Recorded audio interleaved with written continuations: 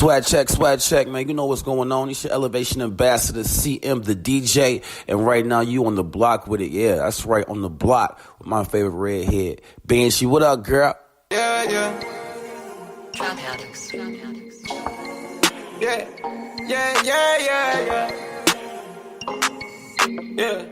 I was riding around in the V12 with the racks in the middle. I was riding around in the V12 with the racks in the middle. Yeah. I was riding around in the V12 with the racks in the middle. Had to pray to Almighty God, they let my dog out the kennel. When you get it straight up out the mud, you can't imagine this shit. I've been pulling up in the drop tops with the baddest bitches. Young nigga been focused on my check. Got a new coupe wrapped around my neck. Tryna put the water on my potato. I got killers to the left of me. We was lurking on her. Ain't show no mercy on her. We was going back to back. We put a curfew on her. It was dark clouds on us, but that was perfect for us. We know you always crash and burn, but it was working for us. Let my tent to V12, double check the details. Gotta cross my T's and dot my I's or I can't sleep well. Millions off of retail, once again I prevail. Knew that shit was over from the day I dropped my pre-sale. Hold up, let the beat build. See me in the street still. I've been fighting battles up a steep hill. They gave my road dog 12, it was a sweet deal. And I've been riding solo trying to rebuild. Look. I was riding around in the V12 with the racks in the middle. Had to pray to Almighty God, they let my dog out the kennel. When you get it straight up out the mud, you can't imagine this shit. I've been pulling up in the drop tops with the baddest bitches. Young nigga been focused on my check. Got a new coupe wrapped around my neck. Tryna put the water on my potato. I got killers to the left of me. What up? Welcome to the Block. It's your girl Red. I'm back again. Yeedeek. Yeah, shout out to my boy CM DJ for the drop in the beginning of the show. You feel me? You down in the Atlanta area, make sure you check him out. He be at, what's that place called? Spin? Yeah, Spin on Peach Street, I believe. Check him out. Also, he's online. He travels, whatever. That's my nigga. Shout out to him for the drops. I appreciate it. I'm back after a live show last month. First of all, before we get into all of that, rest in peace to Nipsey Hussle. Shit's crazy, fam. Like, I can't get over it. I can't get past it. I don't think anyone will anytime soon. But yeah, I hate that, but I love fucking Racks in the Middle. That's my shit. I love that song. Okay, cool. So did a live show at Flavor March 1st. Shout out to everybody that was able to come out, enjoyed the drinks, the food, the conversation, the atmosphere. I appreciate it as a woman that's doing a show by herself, solo, dolo, all muscle but me. And to have people to come out and actually rock with your vision and see what you see is a dope feeling. And I'll do it again. I'm not as nervous or apprehensive as I was before March 1st came. I'm just trying to give y'all my thoughts, my views on it, because I didn't get a chance to have an actual clear audio recording for my listeners that's not in the city of Louisville, or maybe the ones that missed out or just didn't want to fuck with it. That's fine too, but just know that once this shit pops, Red gotta change too. You know what I'm saying? So I'm gonna treat you the same way. Topic we talked about friends, a topic that's near and dear to my heart at that moment. And the beginning of March was like a month and a couple weeks away from that. A lot of stuff has taken place slightly beforehand and afterhand as far as that day goes. So the topic of friends was a major topic that was on my mind and kind of heavy on my heart, as the people in church would say. And I just wanted to pick a safe topic that we could discuss in a public place, because I have manners. I know I'm a Banshee and I'm a thug, all this shit, but Mama Banshee did raise me with some manners. So I tried to be mindful of that. So the topics that we talked about basically the title of the show was "What About Your Friends?" Rules of your friendships, birds of a feather. Do you consider yourself a good friend?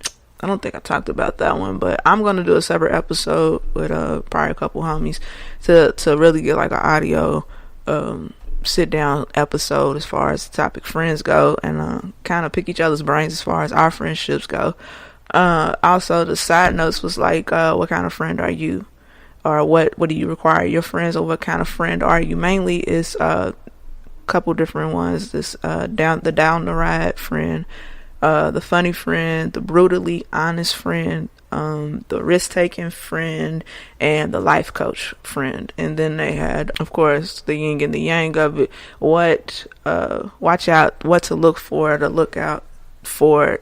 If these friends are like this, copycats, the ones that downplay your achievements, the one-up friend, they always trying to, I got a new job, well, I got a new house. That motherfuckers, it's always a competition. Speaks highly behind your back and never to your face. And the one you can't be you. Let's see. So that had a detailed conversation. A lot of my family was in the room. A lot took place, like I was saying before I got into the topics of it. I was going through a lot of, I want to say it was a different kind of growing pain as far as two of my friendships was going.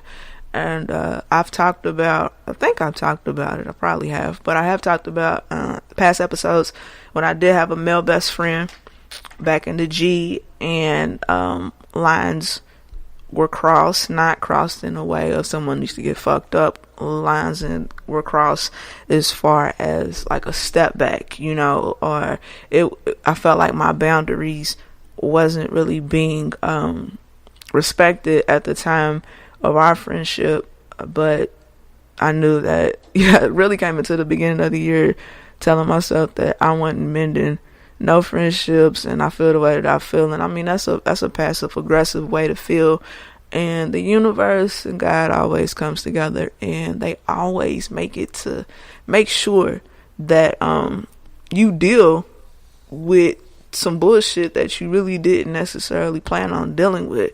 So I'm currently trying to work on that friendship with my male best friend, but I'm not I'm always apprehensive at first.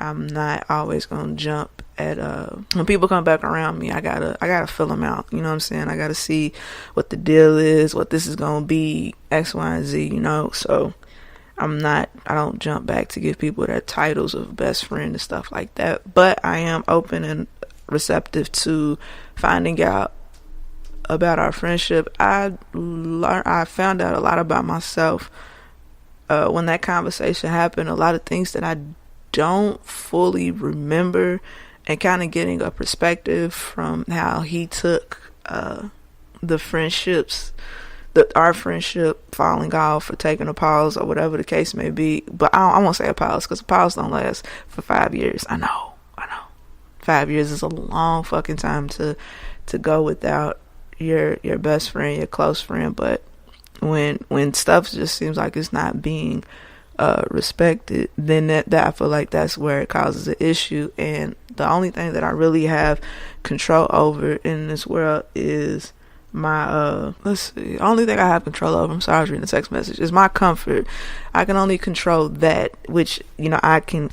It's hard to explain, but I'm gonna try my best, because I feel like y'all be in tune with the friendship. I did talk about it briefly at the live show.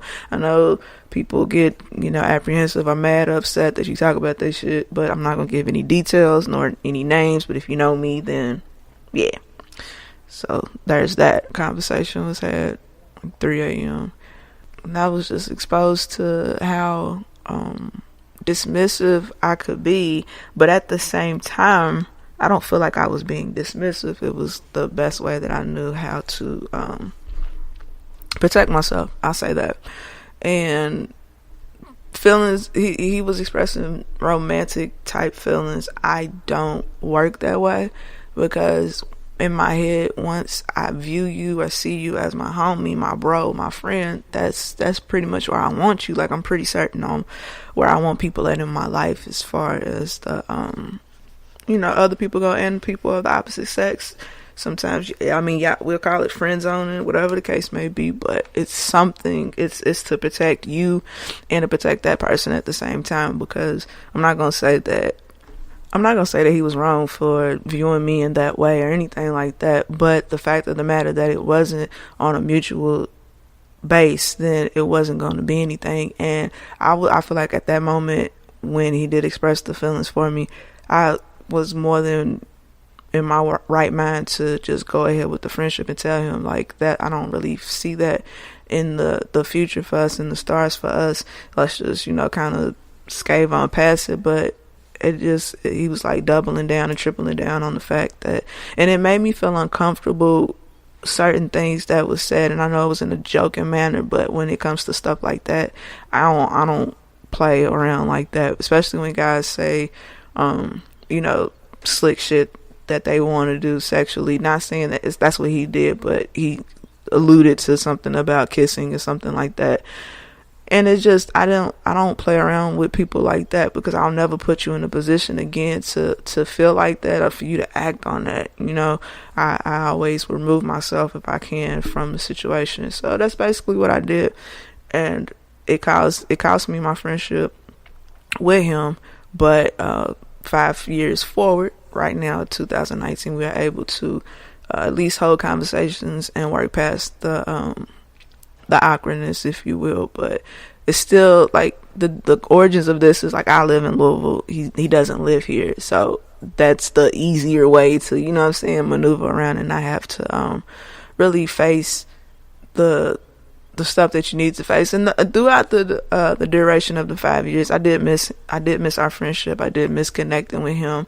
And the usual social media stalk every once in a while, see how he's doing to keep up, but not really say anything. And thank God for my mom, because it kind of gives people some insight when they can't get directly in touch with me. I feel like I don't know why people feel like I'm hard to talk to, but hey, whatever that's your prerogative. However you feel, I feel like I'm the easiest person to talk to. You just gotta know what the fuck you talking about and talk. That's really what it comes down to. So he would keep in contact with my mom, and she just basically told him the real, like, she's not gonna come to you. And I wasn't, because I feel like if I haven't done anything wrong in the situation, why the fuck am I gonna stick my neck out, extend stuff? I didn't fuck up, and I feel like if I didn't do anything wrong, then why do I have to be the one to try to work out and mend stuff? It's a part of growing up. Also growing pains. Maybe one day I'll learn to kind of maneuver out of that. Maybe not. Another friendship of mine's kind of took a pause for some months, but when we a situation had happened, unfortunately, where it kind of made us come back together.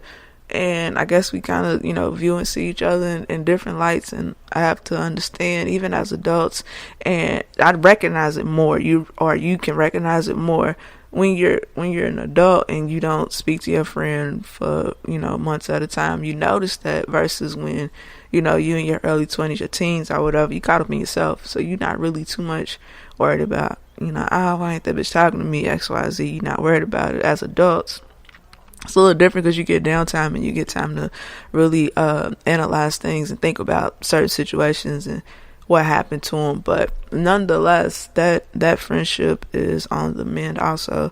So that's why I really picked the topic friends, because it's something that I know about and I've been in the midst of. And I feel like a lot of people can identify with the topic friends. I feel like that was an easy one to float through. So, I mean, the fallout with a friend, if I can give my personal on each topic that I just gave you, the rules of friends, for me, the rules of friendships is just respect my boundaries, really. And, just be respectful. I feel like that, and be loyal. And I feel like loyalty and respect go hand in hand as far as friendships go. In a friendship, I feel like if you have respect for me, then you'll be loyal to me. Or if you're loyal to me, then you should have some type of respect for me, and vice versa. I can't and I won't rock with somebody that I don't respect and I'm not going to be loyal to. Because, as a Cancer, I'm loyal to a fault. Like, to a fucking fault. I will hold a nigga down, a family down, whoever I need to hold down at the time, I'll do that. But, as I've gotten into my 30s, I've come to find out in being loyal to a fault, you still have to hold people to a certain standard, and you have to hold yourself to a certain standard also in dealing with friendships, because it can't be one-sided if you never assert yourself and speak up on the issues that are there. And it's just like, I feel like I've had heartbreak in the past, but to lose a friend or to feel like you lost a friend forever, that's painful, because it's on a friendship thing, and it's someone that you vent to, it's someone that, you know, knows all your secrets, the embarrassing things and stuff like that. So when you kind of lose that, it's not it's not good at all with a breakup. You know, you can go out there and date again, find another guy, another girl. It's easy. Well, not easy, because it's hard to get to know people. I'm not gonna say dating is easy, because I'm in the midst of this shit right now. Shit's not easy at all. But I feel like a friendship is different, because the older you get, it's kind of harder to make friends, because people are already pretty much set in their ways, and they already have a set amount of friends that know that, understand that, and if they don't really fuck with that, whatever that case may be, they'll distance themselves from it. Where in a relationship, it's kind of hard to distance yourself from a partner, because the purpose is to build. But I understand, even in relationships, takes pauses, takes breaks. I get that, because it's just it's dealing with other people that is probably the hardest thing for any of us to do. Oh, and I did talk about, would you consider it a violation in your friendship if one or another, y'all didn't follow each other, y'all unfollowed her because shorty posts too much, they always post the stupid shit? Like, is that an issue? So I'm gonna break down personal real answers to each question, because I mean, I gave it vaguely at the live show, but like I said, I don't have any audio concrete, so we gonna go with like I was starting off, the rules of friendship: loyalty and respect, period. The birds of a feather rule, again, being in the early stages of 30, that ain't gonna fly, because at this point we have to stand on our own and be our own people. And if that person, you know, is promiscuous and they don't mind and they get around, and you on the other hand are like, you're very mindful of, you know, what the fuck you trying to do, who's around, what you dealing with, what you not gonna put up with, and you might have a friend that's just easy like the wind, and she's just like, yo, it's whatever. So when you are in those kind of situations and they see you out in public, I know initially people would already just go ahead off the dribble and go ahead and cash you. Boom. Yeah, you know, she's a thought, you a thought. And I don't think that's fair, because I mean, this is the block. My pussy ain't her pussy, you know, and vice versa. So what I want and what she wants is two different things. So you can't really say it's a bird of a feather type rule. But on the flip side, I have used that line to describe guys and their friends. So it's like, I don't know. Like, when I really think about it, I don't. There's I'll put an amendment on the birds of a feather rule. I will say that.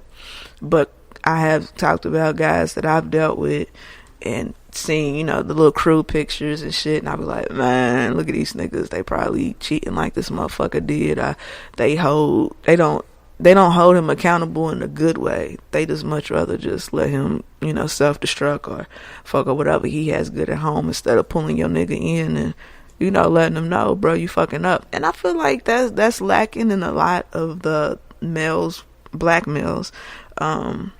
I can only speak in that from their perspective, because it just is not shown as far as like the topic, the rape culture goes. You can really tell that a lot of people period, I'll just say that, men and people, they don't hold people accountable for their shit. You know, when your friend is being overly thirsty and being actually, you know, overly aggressive with a female, I feel like that's not what you want, you should really step in and be like, yo, bro, you need to chill out. Like, shorty didn't want your number, she ain't wanna fuck with you, it's not that big of a deal, we can move on, and just, you know, really rein your niggas back in. But I understand why that would be a headache if your niggas always acting up, you feel me? So I get that.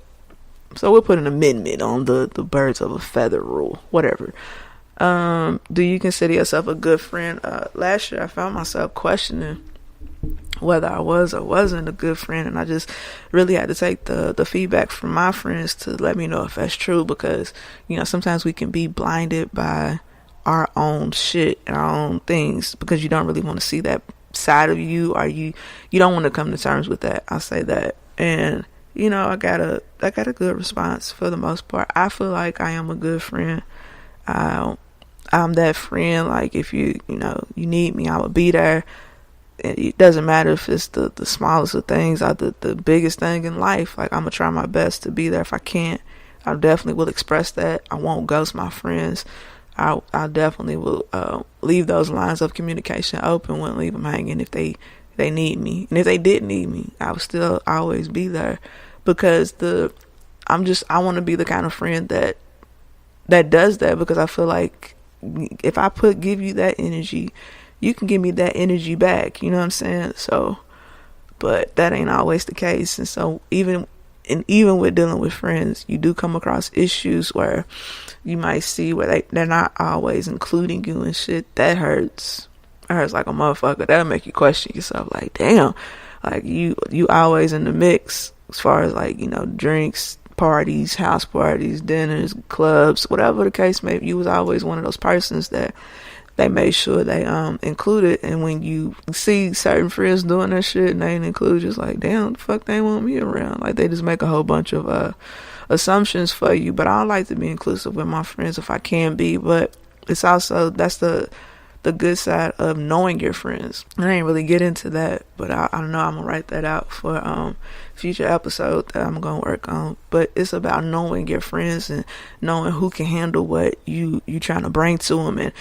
And now, like in our early 30s, as most of my friends are, you got to get to a point where you approach people in a different way with your bullshit. Where as in your 20s, you'll call your girl up. It don't matter what the fuck. You ain't worried about what she dealing with. None of that shit. You just like, sis, I need a vent. This nigga did this. Work is this. And you just kind of unload on your friend. This is in your 20s. But when you reach in your 30s, it's completely different, because niggas got kids now.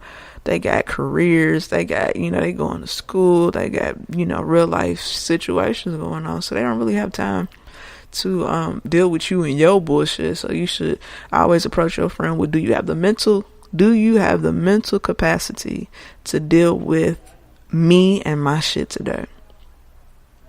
Simple shit. Because that's just you being respectful of your friend. And also, you're not wasting your time by unloading all of this onto your friend and not getting the proper response from your friend because of everything that they're dealing with. You just came in on top of it and dropped. And that's happened to me in the past, but I feel like moving forward it'll be a lot of, hey, I can't mentally handle that right now. However, I'm never gonna just leave you alone. I will pray for the situation, whatever that is, and try to move from there. And that's really all we can do as friends, as trying to be a good friend. Well, I'll answer that because I don't think I asked it at the live show. But what do you do when maybe a group of your friends, maybe two of your friends are into it real tough and they're not speaking to one another? Like, how do you handle that? Do you say something, try to see if you can mend it or whatever the case may be, or do you try to let it play out and kind of stand back and give them their space to operate? I had to deal with that a lot, not a lot, but a significant amount coming up in my little crew or whatever. There was the two friends were falling out. If y'all go back to the girls talk, we talk about that with Boogie and P. What up y'all? So back then we just kind of fell back, let them figure out what the fuck they was gonna do, really worry about ourselves. And that good old saying, if it's meant to be, it'll be. It's really nothing you can do. You can't force it, you can't make it happen, none of that shit. So but yeah, I thoroughly enjoyed my live show. I will do it again. It'll probably be at the same spot. Shout out to the Connect. So I'll definitely do that. Next episode, I'm actually recording on 420. What up to my smokers? I'm gonna be high as Bidoc. But we're gonna have Matt and his wife back on. If y'all are listeners to the block, then you remember them from my episode, The Open Relationship. We're gonna get back into that part too, because we're gonna get his wife's point of view. I'm trying to drum up some good questions to get some good content going, but I know we all gonna be lit because it's 420, so I'll probably be high. What I'm saying, probably, I will be the duration of the day, the whole day. Also, other things, so that's coming up. That's probably going to be, this will be a 2-piecer. I'll just piece this out, not piece it out together, but you'll get a small segment, and then we'll get into the open relationship shit. But I wanted to touch on a little bit. Well, first of all, I started the episode, with talking about Nipsey's passing. We can touch on that a little bit. It really didn't click for me. Like, my sister told me, but it was just like, I know he got shot, but I didn't know to the magnitude of what had taken place. But since March 31st until right now, April 18th, it's been weird. It's been a weird energy. It's a kind of shift that you really don't know how to maneuver in. And to find out so much about this man in a past tense, I fucked with Victory Lap. That album's amazing, and that was from last year. It's a dope album, dead ass. And I became more privy to this other works, the other mixtapes, and for that to just be his debut album and have all that body of work just beforehand, like, Nip was hustling hard. Like, he definitely was doing everything that his name is. That funeral was a good homegoing service, as they say down south. I know for some people, the people that we grew up in the church or whatever, and they was doing a whole lot of cussing. But the thing that I liked about that was the fact that they were staying true to who they were. And it was in the Staples Center. Now, if this was in one of those mega churches out west, then and they was doing all that cussing and the gang shit, then I would be like, yo, like, this ain't the place for that. But they had the perfect location to be themselves, to be free, and it didn't take away from who he was and the stories that they told. It just really just broke your heart further, because it's like, why would you take somebody's that's so invested in us as a people across the board, but just starting on Slauson? He was gonna parlay this all the way out for us, and he pretty much set the rules, the standards on how to make it happen. And just for him to be taken at 33, that's crazy to me. And it's jealousy, and then for it to parlay it instantly when they heard he died, it was an instant conspiracy theory. Red is a conspiracy theorist. Is that a word? I'm into it. I like them. They make you think. Mandela effects. I should really do an episode on that shit, but that probably have to be an actual video episode, because that shit's ill too. But as far as this goes, I'm still not saying, we jumped too quick to that, without any real proof. Back when, what was that, 96, when Pac died? Yeah, it had to be 96, 97, something like that.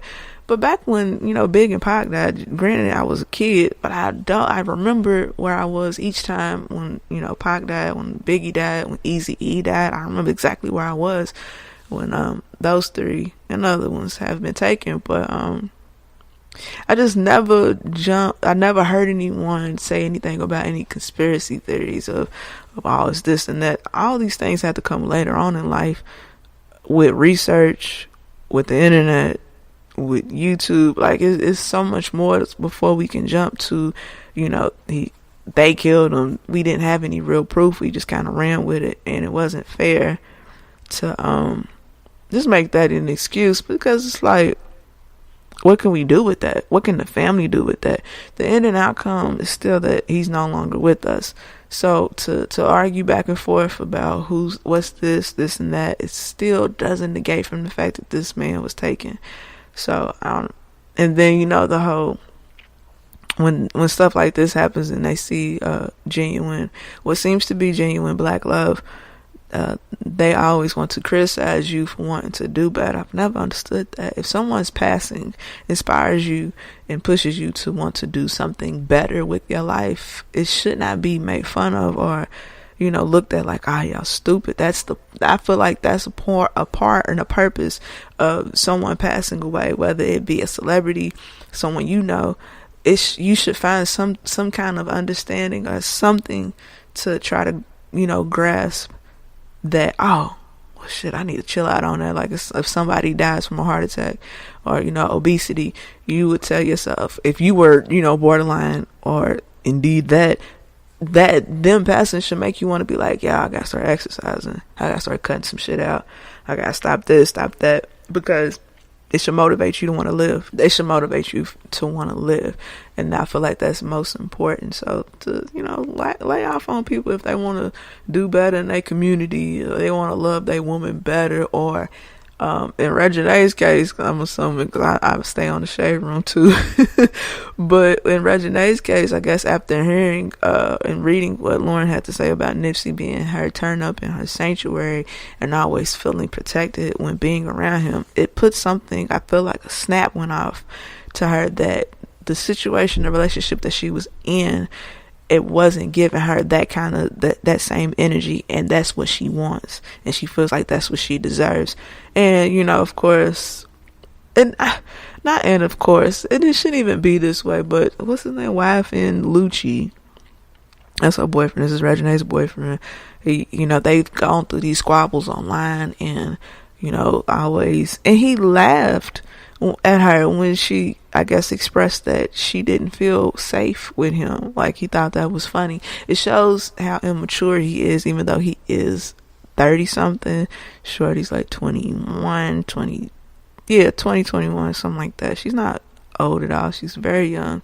And for that young lady to tell you that, is one or two things should happen, I think, and something should have clicked.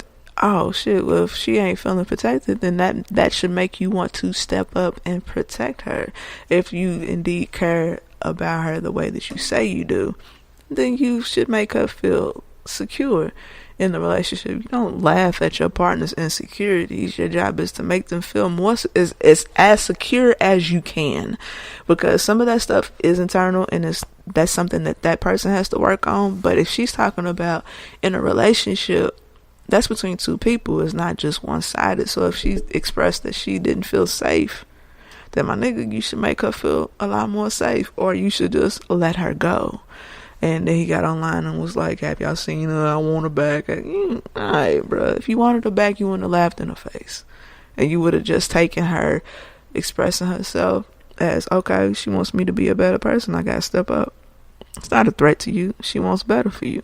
But that's neither here nor there. But that is a very sad situation. And y'all did it, Cali. Y'all did it. Shout out to BTG. What up? Y'all did it out there. Like, that love just reminded me of back when Ali passed away, and they did the lap. They did his victory lap. They did his victory lap past his old house down Broadway, and it was just, the city was out. Mad flowers on the hearse touching. It was a lot of love was given on that day. So it looked very, very similar to when Ali passed. Nipsey had that same love out west. So that's a sad situation. What else is going on? John Gray did some stupid shit. What did he do?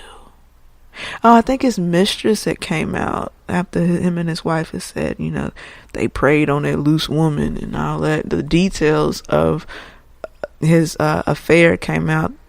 I don't know the young lady's name. I can give y'all vague things of what I can remember on top of my head. Something along the lines of he's known her for a while, for a minute, so it's not a new chick. And I think she was seeking counseling from him when she was getting her divorce. And something else. Oh, this is weird. When they would have sex, when he's about to come, he would speak in tongues. I would definitely put my clothes on and never talk to him again if that ever happened to me. Because that's just wild, weird. Like, I understand you a pastor, but this, like, my titties is out, fam. This ain't the time to be speaking in tongues, my nigga. I don't think this is the time for you to really be, sending up a holler to God. I don't think there's no need for praise, because you're cheating, and that's adultery. So I know the Bible kind of well, and I don't think that's gonna fly. So, something along the lines, he bought his wife a Ferrari. I don't like him.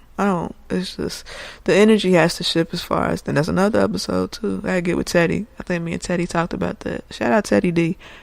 We talked about that briefly as far as the black church goes. There's some stuff that needs to be addressed, and it's always one-sided. It's always, they tell a woman, you go to the Women's Day Conference and they talk about, how you need to become a Psalms 31 woman and this and submit and faithful and all these things to get you a man, and you praying for a man, sis, but you not ready, But I've never heard a sermon, and I grew up in church and I still go to church every once in a while, every couple Sundays. But it's never been taught in my presence that this is what a man has to do in order to be a good husband or to be a good boyfriend or a good provider. I've never heard that. The only thing they vaguely say, they just give y'all 2 words: protect and provide, and that's it. No, I mean that's it. That's the start of it. But if you can't get, that's the matter of fact, that ain't the start. That's the root of it. But if you can't even get that, you can't protect, you can't provide, then it's like, I mean, what the fuck? Like, what's the purpose? You know what I'm saying? And they don't talk about the communicating effectively, or just communicating effectively. We can just stop right there, like, because a lot of males don't have that. They don't have that strong communication gene, and it sucks as an adult that holds conversations and enjoys conversations. On top of that, it's hard to come across somebody that doesn't know how to hold a conversation. It's always one-sided, and it's a headache. It's a fucking headache. So let me get up off of that, because I don't even want to keep talking about that. Let's see what else we got coming up. Touch about the open relationship. Yo, we on the block with it, baby. Banshee's block. You know what's going on, yeah? Gotta get these drops out. You feel me? Gotta get these drops in. Make sure y'all catch up with me. Follow me everywhere: Twitter, IG, Snap, Angelina Jolie. Get into that. Banshee's block. Be back with it. Gonna have a lot more drops from the homies. A lot more commercials and shit. We about to really take this shit up another level after the live show. The battery in my back. I don't watch Beyonce's Homecoming, nigga. I'm at your neck with it. Fuck you talking about. But yeah, let me get one more drop off. Hold on. Let me see what we got right here. Go. Damn, Banshee. That's how you feeling now. It's that real block behavior, huh? Okay. He hypes me up so much. Y'all don't even know. We about to get out of here. Make sure y'all stay tuned for that episode coming Saturday. We gonna talk more open relationship shit like that. You feel me? Let's go.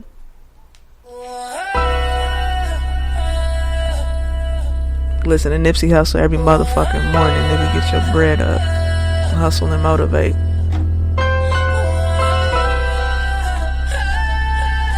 Stay true to your victory lap. You hear me? That marathon still continue. We out. I'm prolific, so gifted. I'm the type that's gon' go get it. No kidding. Breaking down a switch in front of your building. Sitting on the steps, feeling no feelings. Last night it was a cold killing. You gotta keep the devil in his hole, nigga. But you know how it go, nigga. I'm front line every time it's on, nigga. 100 proof flow, running shoot pro. 458 drop, playing bulletproof soul. Every few shows I just buy some new gold. Circle got smaller, everybody can't go. Downtown Diamond District, jewelers like yo. Hustle, holla at me, I got Cubans on the low. Through the Cancun, smoking Cubans on the boat. And dock that Tulum just to smoke. Look, Listening to music at the Mayan ruins. True devotion on the bluest ocean. Cruising. My cultural influence, even revolution. I'm integrated vertically, y'all niggas blew it. They tell me hustle, dumb it down, you might confuse them. This ain't that weirdo rap you motherfuckers used to.